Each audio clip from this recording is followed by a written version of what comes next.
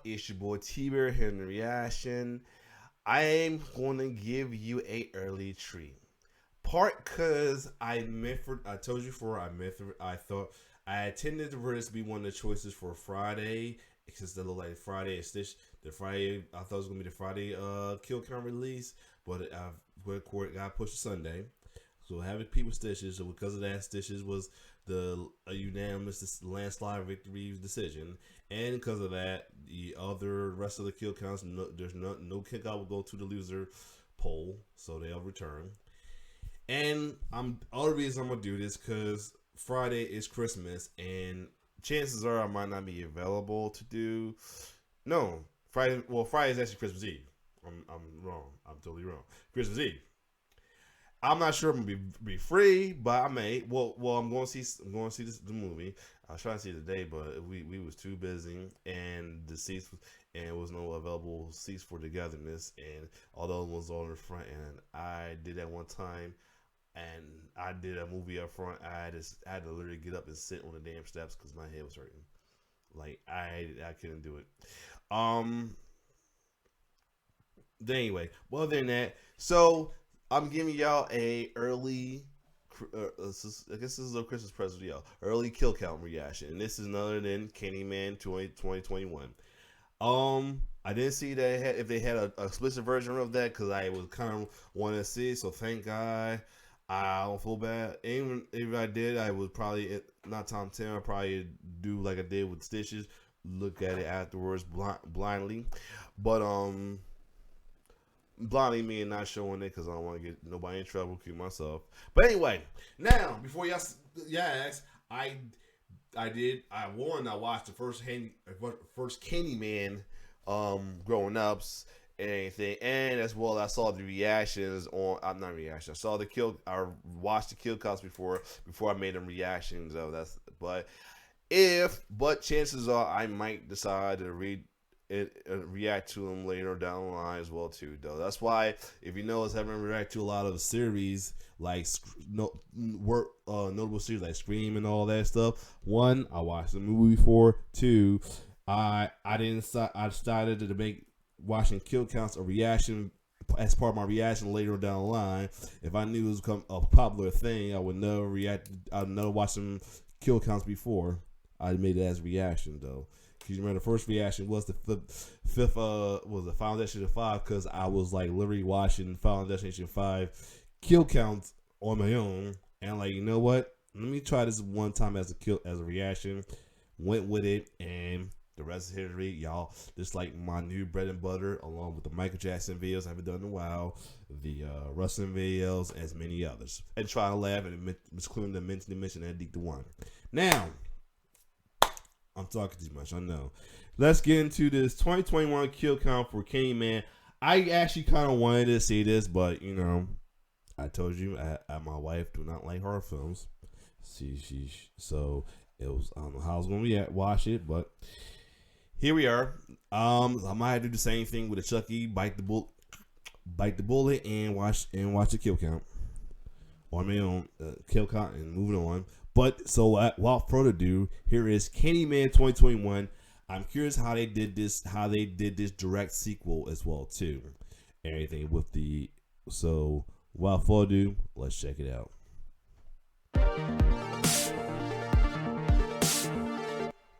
Welcome to the Kill Count, where we tally up the victims in all our favorite horror movies. I'm James A. Janice, and today we're looking at Candyman, the requel. Before we go back real quick. That Candy, I don't know if that's a Candyman portrait or not, but you gotta love like James.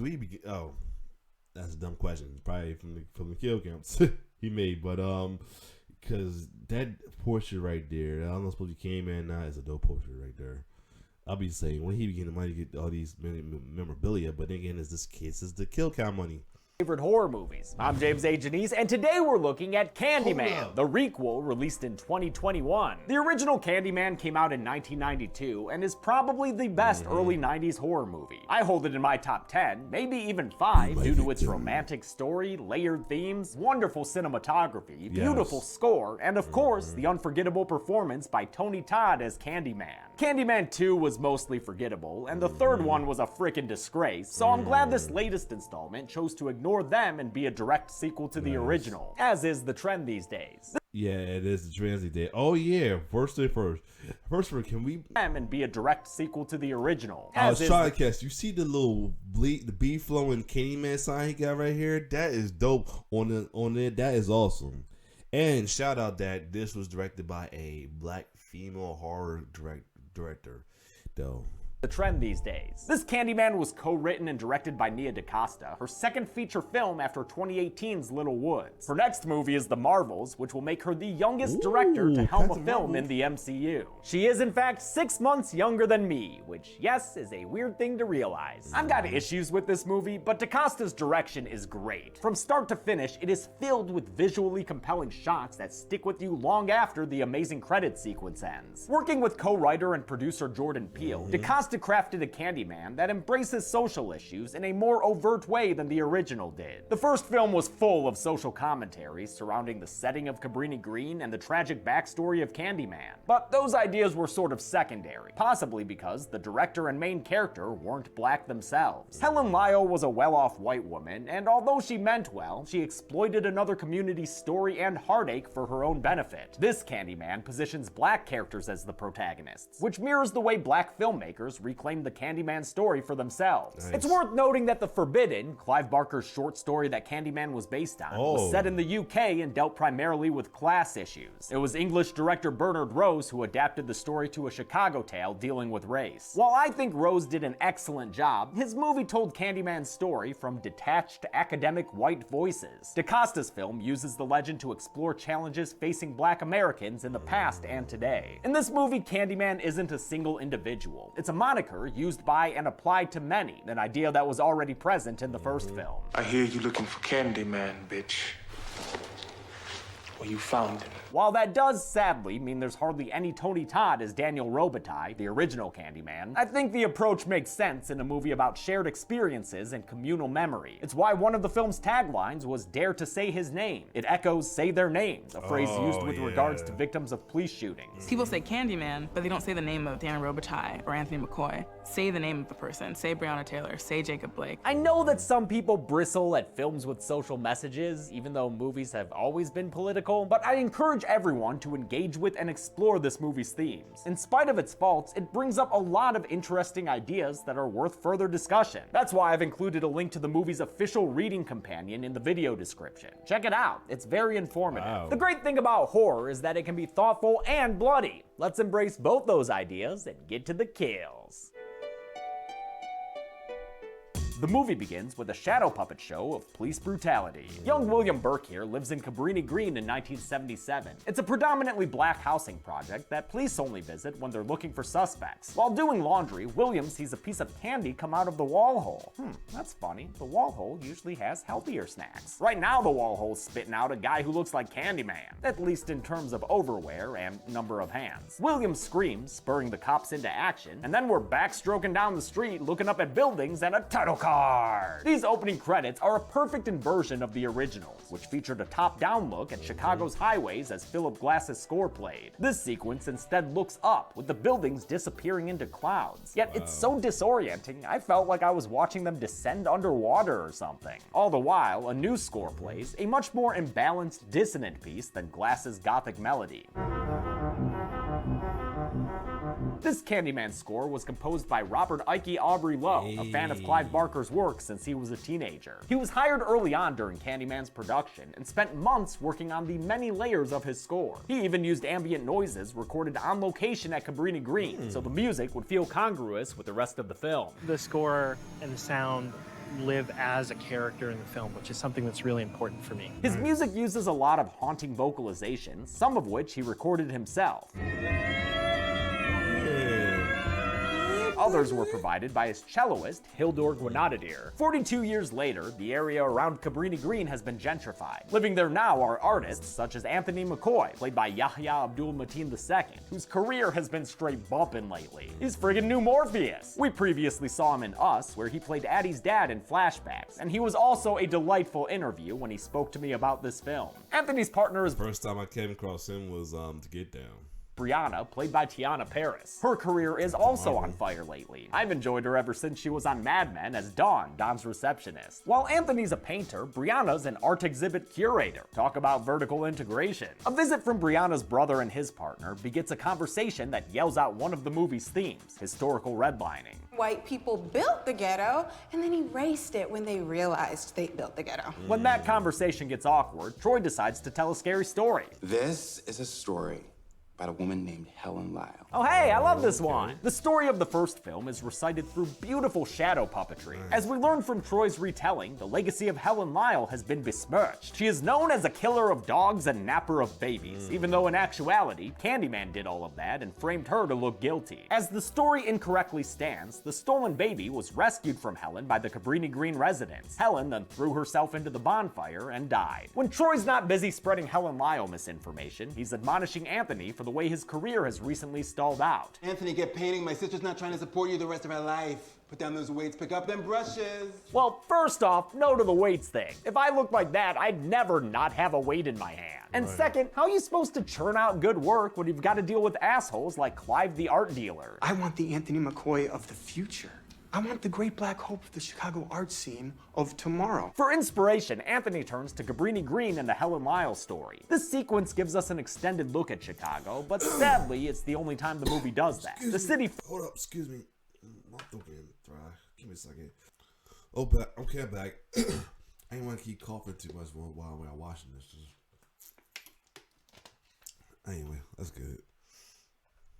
Felt like a character in the original movie. I wish it did in this one too. Chicago has been transformed in the past few decades, sometimes tragically when it comes to art, like what happened in real life with this church. The Northside Strangers Home Missionary Baptist Church had a mostly black congregation after Cabrini Green was built. In 1972, black artist William Walker painted All of Mankind, a mural referencing martyrs for social justice such as MLK, Malcolm X, Anne Frank, Gandhi, and Jesus. In 2015, with the surrounding area having been gentrified, new owners painted over the mural to make the building more marketable. It was a literal whitewashing of black history in service of commerce. This movie has a lot of little details like that, and sadly, the kill count isn't the best format to explore them all. I really recommend the podcast episode where we covered it. Chelsea did a lot of research, and Even though I watched the kill, I'm still watching the movie on my own if I get a chance to. Just gotta watch it when she's not available. we were able to talk long form about what does and doesn't work for us in the film. While photographing the building, Anthony gets stung by a bee, and knowing what happens with that sting, I hope those ants eat that bee alive. Shit gets nasty! Anthony heads to the Cabrini Green row houses, sitting in the shadow of Chicago's skyline. Though the units are almost entirely abandoned, Anthony does run into someone who lives nearby, William Burke, who we saw as a boy in the opening scene. Okay. Just like back then, Burke's still doing laundry. In fact, he owns a laundromat where Anthony asks him about Helen Lyle. Helen Lyle was out here looking for Candyman. You ask me, I say she found him. Hold on. I'm sorry. I'm just trying not to cough while I'm watching this, though. Tells Anthony that for him, Candyman was a guy named Sherman Fields, the Warhol dude. Fields earned his name by regularly giving candy to the neighborhood kids, but when a white girl was cut by a razor in her Halloween candy, Fields became a wrongly accused suspect. He was hiding from the police when Burke ran into him, and his scream brought the police inside. Burke witnessed the police swarm into the laundry room and beat Sherman Fields to death. This film's mindful of traumatic imagery and keeps the murder off screen, though the crime photo is shown on Anthony's phone a little later. The story of Sherman Fields strikes a chord within Anthony, who puts brush to canvas and paints deep into the night. When he's done, he presents his work to Brianna, a depiction of the violent death of Sherman Fields. Over time, his name disappears and he just becomes the Candyman. Brianna's response sounds like something often said about this movie itself. It's a pretty literal approach. Not much room for viewer interpretation. Anthony responds that it also matters how it makes her feel, and when she says it makes her feel painful, he knows his work has succeeded. He tells Brianna that Candyman is summoned by saying his name 5 times in a mirror. Like many black people I've seen discuss Candyman, from the movie's filmmakers to scholars like Tanana Reeve do, Brianna doesn't want to mess with that shit one bit. Let me just go back real quick because I think that's the one of the ladies I saw when the filming war black blacks in horror. that Candyman is summoned Like by one of the saying writers. his name 5 times in a mirror. Like many black people I've seen discuss Candyman, from the movie's filmmakers to scholars like Tanana Reed Yeah, do, Tanana, Brianna yup. doesn't want to mess with Yup. that shit one bit. Defying her, Anthony says the name 5 times in their window reflection. That dude doesn't even know the box of beeswax he just opened up. It's the night of the art exhibit, and the place is packed, though no one seems interested in Anthony's installation entitled Say My Name. Maybe make it look less like a bathroom medicine cabinet guy. One art critic engages with it, a woman named Finley Stevens, but she isn't too impressed by what she sees. It speaks, all right. Speaks in didactic knee-jerk cliches about the ambient violence of the gentrification cycle. Well, she seems nice. Anthony gets drunk and has a confusing conflict with some character we've never met before. You goofy ass fuck. And you fucking hyenas. I really don't know what happened in this argument, but at least Yahya put in a funny performance here. Yeah, I did, bitch. Clive, the art dealer, and the intern he's sleeping with, Jerica, are cleaning up the gallery that night. Gotta say, these characters are a low point of the movie for me. Let's do it here then. No, I've been here all day. Come on. And why'd they name this skis bag Clive? That has to be a misplaced reference to Barker, a gentle, thoughtful man who deserves a better namesake. As part of their foreplay, Jerica buckles them together and says Candyman's name 5 times in the mirror. But nothing happens, so maybe getting dry humped counteracts the Candyman spell. So much for that. Or maybe Candyman was just taking his sweet time to get to the throat slitting. Looks like Jerica's been Y2 slayed. Candyman appears in the Y2 gallery and uses his hook to tear apart projector screens in a really cool visual. Clive tries to unhook himself from Jerica's kink belt to get away. Want to go faster? What the fuck is a Jurassic Park reference doing here? Way to ruin this scene right when it was getting creepy. God, I friggin' hate Clive. His heel gets hooked and he's dragged away from the— Come here! The sound design swells as Candyman lifts him up by his throat, which is only visible in the mirror that's part of Anthony's art piece. Clive is killed off screen, though we see his body later after Brianna discovers it. The murders make the news, including the fact that the bodies were found in front of Anthony's work. Now, that shouldn't be the takeaway point, and yet— They saved my name. Really? yeah, that's fucked up, dude. Excuse Brianna for not finding that amusing. She's still haunted by the time her dad, who was also an artist, leapt to his death from a window right in front of her. This previous encounter with tragic mental illness is why Brianna's concerned about Anthony's behavior lately. But don't worry, girl. He's just chilling in the bathroom, hanging out with his mirror friend, who admittedly is a little off. Anthony's obsession with Candyman sends him to the library, where he checks out their whole Helen Lyle section. I forget the Dewey Decimal number for that. The material includes Helen's audio recordings, which gives us a vocal cameo from actor Virginia Madsen. I mean, it's clear that no one person makes this up. This grew from the community's collective subconscious. Madsen only appears on screen in photographs, but I'm convinced they intentionally cast Finley Stevens and the librarian with actors who bear a resemblance to her. Despite having scary mirror experiences with Sherman Fields, Anthony continues his unhealthy fixation, painting his little heart out as he chews his own tongue. He meets with the art critic Finley Stevens, who's interested in his work now that it was mentioned in a murder story. He takes the opportunity to respond to her jab about artists and gentrification. He says the city is to blame for cutting off communities of color. They let the neighborhoods die, then build them back up and try to usher in a different kind of resident. Hey, you artists, you young people, you white, preferably, or only, please come to the hood. It's cheap.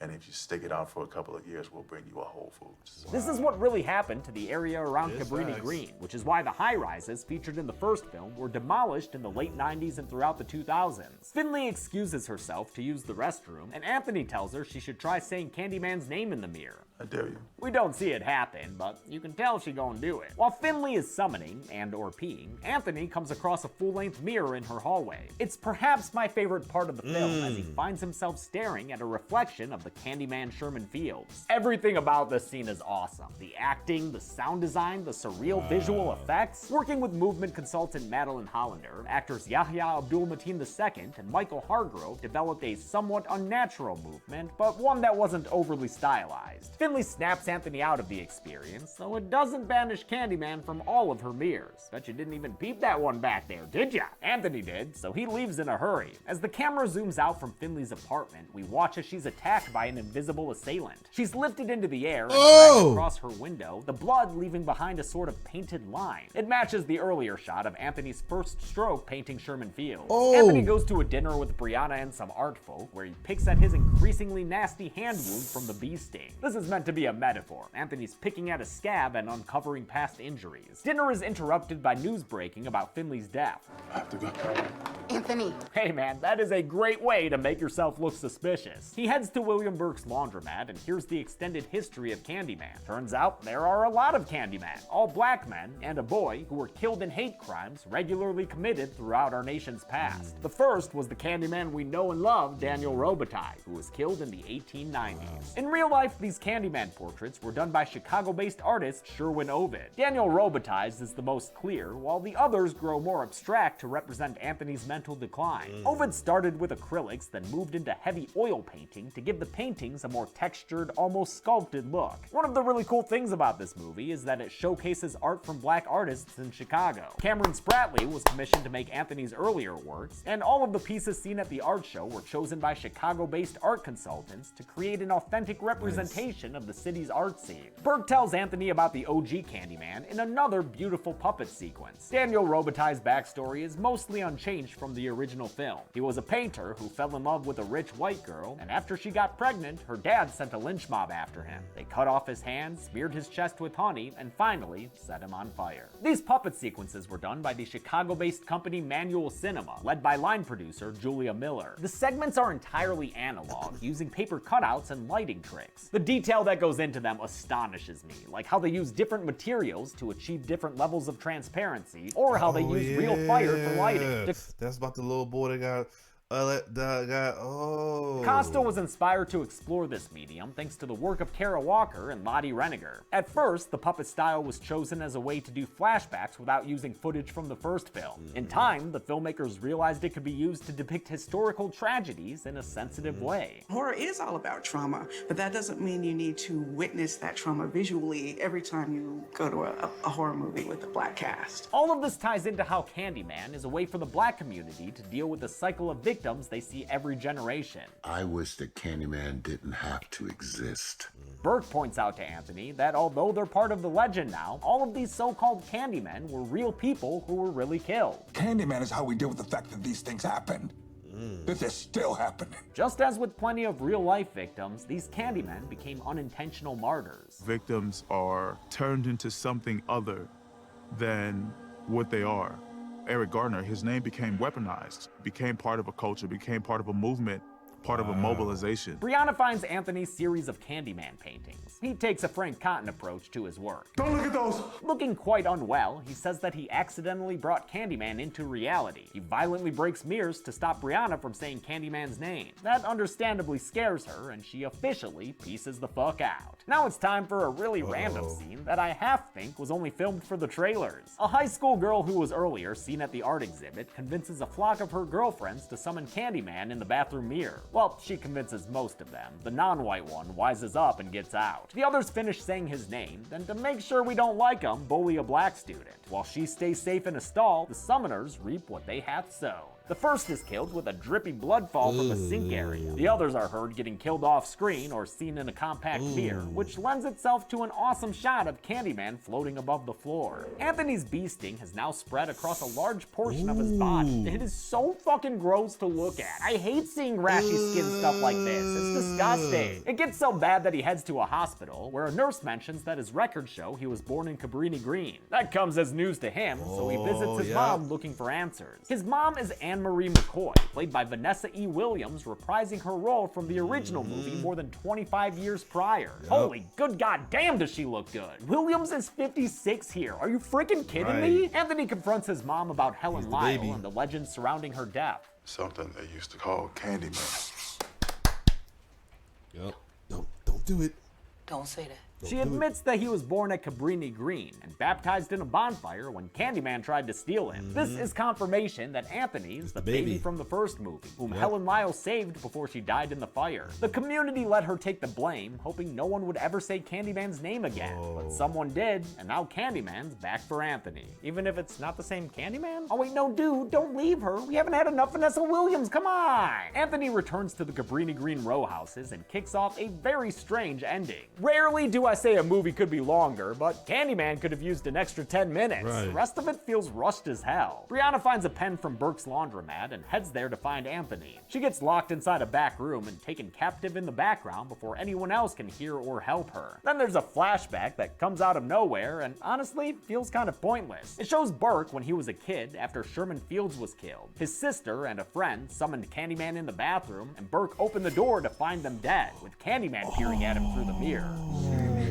The flashback cuts to modern day, where it's revealed that William Burke is a bad guy all of a sudden. He's got Brianna tied up in the Northside Strangers Home Church, and Anthony's sitting on a stool staring at a wall. What is he, under a spell? Yeah, I guess I'm on some other shit now, huh? Yeah, this movie's on some other shit right now. Burke wants to fight back against the people keeping their community down, so he's making the Candyman legend live on through Anthony, whose skin is a total fucking barf fest by now. Shit. These gross body horror effects were applied by the special effects team headed by J. Anthony Kozar. As you can imagine, it took a long time to apply to Yahya's body. It was so gross in person, his co-star Tiana Perez couldn't handle it. To make Anthony a proper Candyman, Burke saws off his hand while Anthony just sits there, silently shedding a tear. Burke fastens a homemade hook to Anthony's wrist, saying that each Candyman can have their own story, but it helps when they've got the big trademarks. You know, hook hand, cool jacket, maybe some actual candy. That's how you get Burke excited. The hook attached to Anthony's hand is different than the one Daniel Robitaille had, since this one was meant to be homemade by Burke. They had several versions on set for different purposes, but they could all be used to flip people off. Imagine I was just giving you the middle finger, but it's just a hook. Brianna manages to escape her bindings and run, but not through a doorway that leads to the outside. Nope, now she's in a dark tunnel all of a sudden. Man, this movie fell apart fast. She eventually surfaces from a storm cellar door and hides in one of the abandoned row house units. Burke follows her inside, but she ain't a weak-willed horror character. She stabs Burke in the side of the head and goes to town making sure that the dude is dead. She literally stabs him a full 20 times. I think he's dead. Yeah, but just gotta make sure, dude. I love how Brianna is unusually savvy for a horror movie character. Not only did she double tap the laundromat madman, she didn't want to hear about the Candyman story in the first place. You guys want to hear a scary story? No. She also didn't want to fuck around with saying his name in the mirror, and when she first went to the laundromat, she avoided going into the basement. Nope. I think everyone in this cast did a great job, but Tiana Perez brought a strength to Brianna that was essential. I did get to stab a foam head version of Coleman. I think I got a little carried away. Now Anthony's more normal all of a sudden, maybe because Burke died? Who knows. He collapses into Brianna's arms and winds up lying across her lap. He is in this very clearly passive position when the cops come in and immediately shoot him to death. I'm not sure how they managed those shots without hitting Brianna though. Seriously, I don't think that's possible. Brianna's put in the back of a police vehicle where an officer tells her she'd best go along with their story. They're gonna claim Anthony was charging at the shooting officer. If she doesn't comply, they'll get her locked up too. She agrees to lie for them, as long as she can look good doing it. Mind giving her that mirror? Looking into it, Brianna says Candyman's name 4 times. The cop unwittingly finishes out the quintet, and that means it's time for exquisite pain. 3 cops are quickly killed. The first stumbles out of a building already fatally injured. Another is cut down after Candyman slowly walks up to him. And the third gets his throat slit. Come here! Brianna, who stares straight ahead. Anthony McCoy is revealed to be the latest face of the legend. The Watchman has become the Candyman. His past personas cycle through the reflections in the car windows, showing that he's not just a man, he's the whole damn hive. He disappears and the final cop gets out of the car and flees. Brianna follows and peeks around the corner to find the cop getting gutted against the wall. She watches as Candyman, covered in bees, floats towards her above the ground. His face transforms into Daniel Robitaille's for a brief Tony Todd cameo. Everyone. After the tail end title card, we're treated to an amazing credit sequence. If you missed this, go back and watch it. It's more shadow puppets depicting the stories of all the other Candymans throughout history. I won't include their depicted deaths on the kill count since they're only shown in paper cutouts, but this shit is haunting and heartbreaking, especially with the music underneath. It's a wonderful merger of Philip Glass's melody with the atmospheric noises of Robert Ike Aubrey Lowe's score, a perfect synthesis to end the film. How many people did Candyman paint red? Let's find out and get to the numbers. Get to the numbers. Get to the numbers. Get to the numbers. Get to the numbers. Huh. Nothing happened. Huh! Whoa, it does work! I counted 17 kills in Candyman 2021. There were 8 female victims and 9 male, a pretty even split for this honey pie. Is that a thing? With a runtime of 91 minutes, that left us with a kill on average every 5.35 minutes. I'll give the golden chainsaw for coolest kill to Finley Stevens. It's not super graphic, but I love the way it's framed. Such a cool shot trucking out from the exterior of the apartment building. Dull machete for lamest kill will go to Burke's sister and her friend, done off screen in a scene that feels randomly inserted. And that's it. Candyman came out in 2021 and was the first film directed by a black woman to open #1 at the box office. Congrats to Nia DaCosta for that. I hope to see her return to horror sometime soon. Until next time, I'm James A. Janice. This has been The Kill Count. On the next Kill Count. Gather round, little meaties. Don't push and don't shout. For here's Christmas Evil, a.k.a. You Better Watch Out. Young Harry loved Christmas, but just couldn't bear his mom's stockings being tongued with the sleaziest of care. Traumatized by the handling of his mother's nice rump, he started making cuts, both bloody and jump. After 30 years, he's still fucked up, it would seem, as he works to build toys at his job, Jolly Dream. Through spying and dancing, he prepares for the season, even dirt-kissing a naughty kid's house for some reason. With handmade Santa suit and one creepy-ass man, he goes to save Christmas from the hands of the man. Will his adventure succeed in this dark character study? It's much more psychological than booby or bloody. So give it a watch on our sponsor friend Shudder. Then tune in on Friday for the kills I will cover. And if you're worried the Christmas horror pool is petite, there's plenty of blood spilled on dead meat. Ho, ho, ho, ho! Oh, we're almost done here. Christmas Evil can currently be watched on the pictured streaming platform.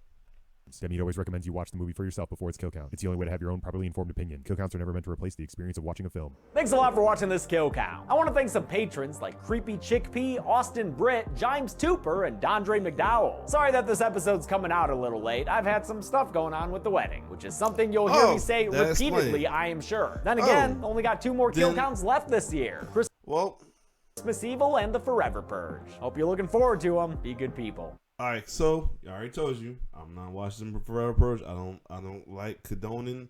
I'm not gonna condone or watch that at all. Not a fan of it. Number 2, don't blame me. You know what I mean? I had to make changes because of my wedding as well too. You know what I'm saying? But it happens. So other than that, I enjoy it. I might actually want to. Hopefully it comes out on HBO Max or some channel, whatever, Netflix, whatever. I'll watch it on my own on one of the days I work from home or something like that. And my wife works outwards, but I want to watch it. That looks good, and the whole thing was good. I you know that and it did seem the support still was good, and it's like definitely like he says definitely historic in a way, especially with the black community and all that though. I like it. You know what I'm saying? And the twist at the end was awesome.